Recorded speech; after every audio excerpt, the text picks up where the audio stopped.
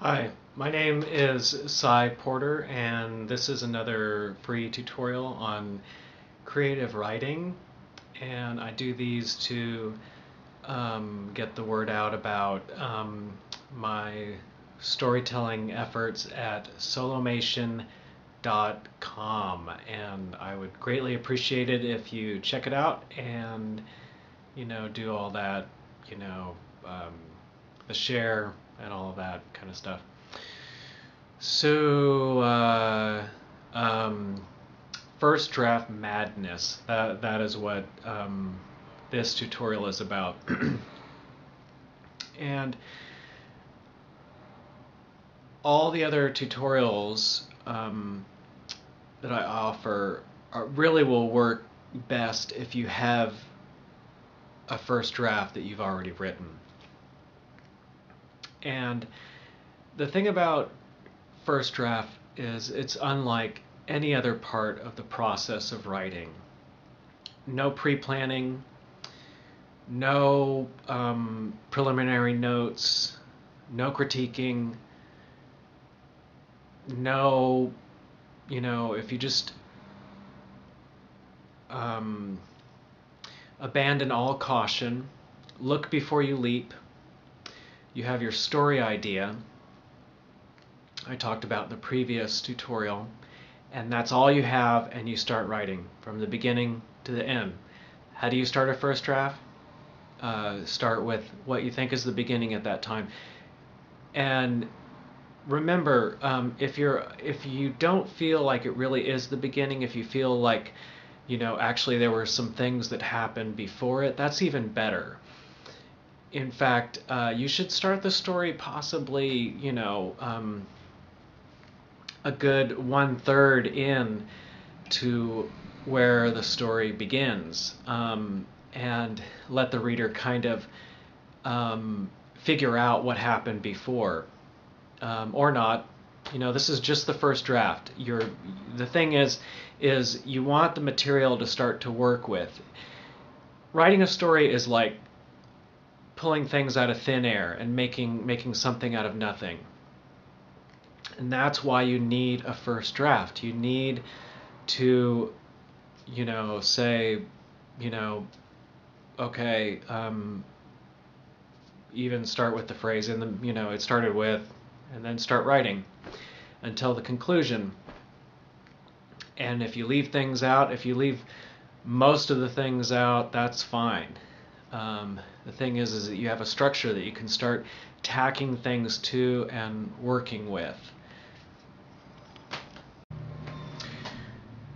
So the first draft is a glorious mess. If there are parts where you have an idea of what you want to have happen, but it's very vague, write that. Say, at this point in the story, I know this wonderful thing is going to happen, but I really don't know the particulars and I haven't quite figured it out yet. Write that down and keep moving. Number one rule, keep moving from beginning to end. And what you want is to have something to work with. You want the story from start to finish in its as poorly written as it will ever be written.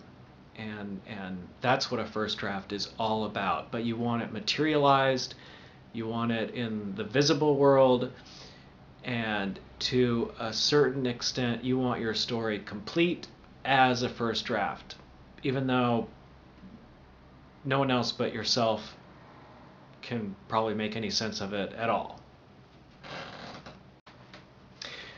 When I begin thinking of reasons why it's a good idea to write this way, I think of more than I want to cover in one tutorial.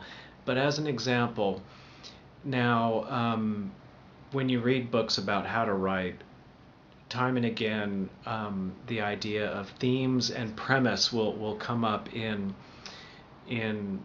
creative writing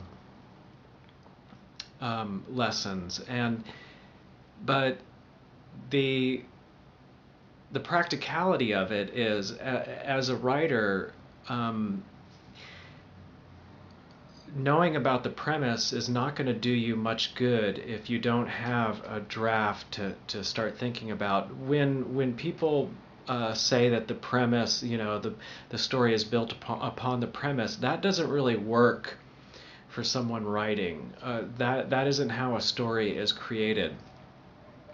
After you've written your first draft, then you can look at the possibility of the major premise and then some of the themes that are working in your story that naturally emerge.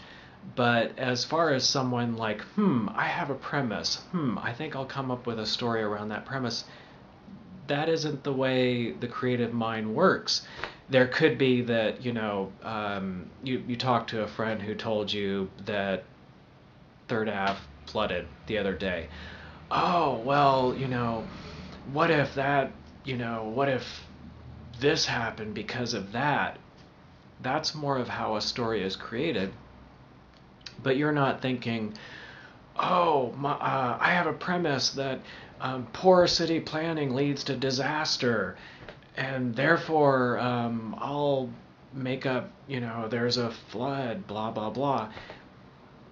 That's backwards. So what you want to do is you want to go ahead, you have the story idea, and then you write your first draft, which is just basically like taking a handful of spaghetti and throwing it against the wall. And unlike the one noodle that you throw against the wall to test if it sticks or not, this is a whole handful of spaghetti with half-cooked spaghetti sauce that you throw against the wall. And that's your first draft.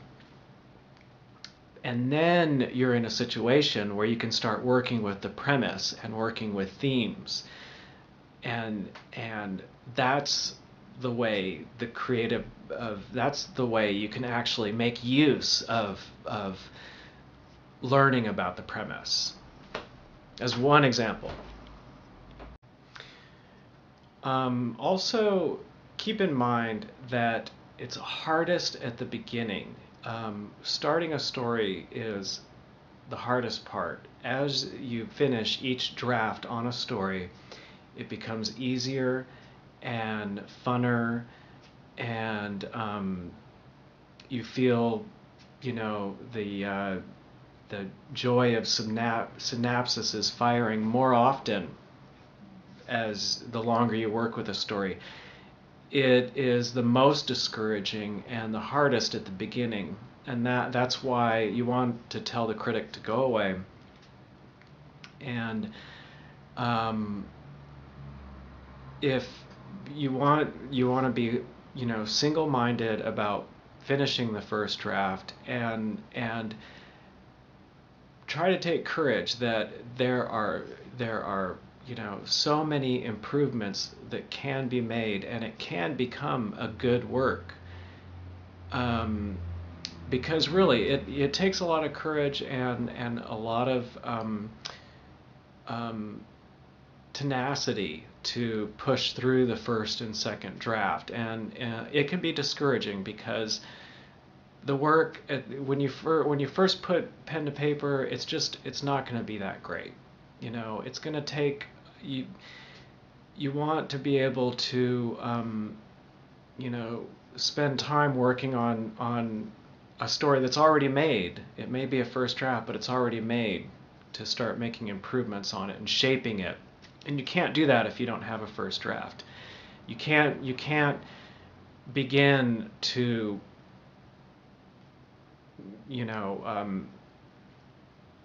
like, how would I explain it? When I started the story, I realized that it had a certain kind of ambiance to it, and then all of a sudden that was gone and there was a completely different ambiance. And then I could say, well, I want the story to be this kind of story and have this kind of feel, and I could go through and make the entire story that way. I couldn't do that if I didn't have a first draft. I hope my tutorials are useful to you. I post them to get the word out about a story I'm working on at solomation.com. I post free episodes of my illustrated story, so if you have a few minutes, please check it out. Thank you, and I hope your next writing session is a good one. So when a sculptor is starting out, what he has is a block of wood that he can then start to chip away at, and but a writer doesn't have that. So the first draft is essentially like making the block of wood that you can then begin to chip away at, with the advantage that the first draft should at least hint at the form you eventually want to render. It's a lot easier to work and improve writing that you've already written than it is to try to write the finished piece just off the top of your head. So remember, when you're doing a first draft, do not look back at all until you're at the end, until you write the end. Okay, so best of luck with your first draft, and I hope it goes really good.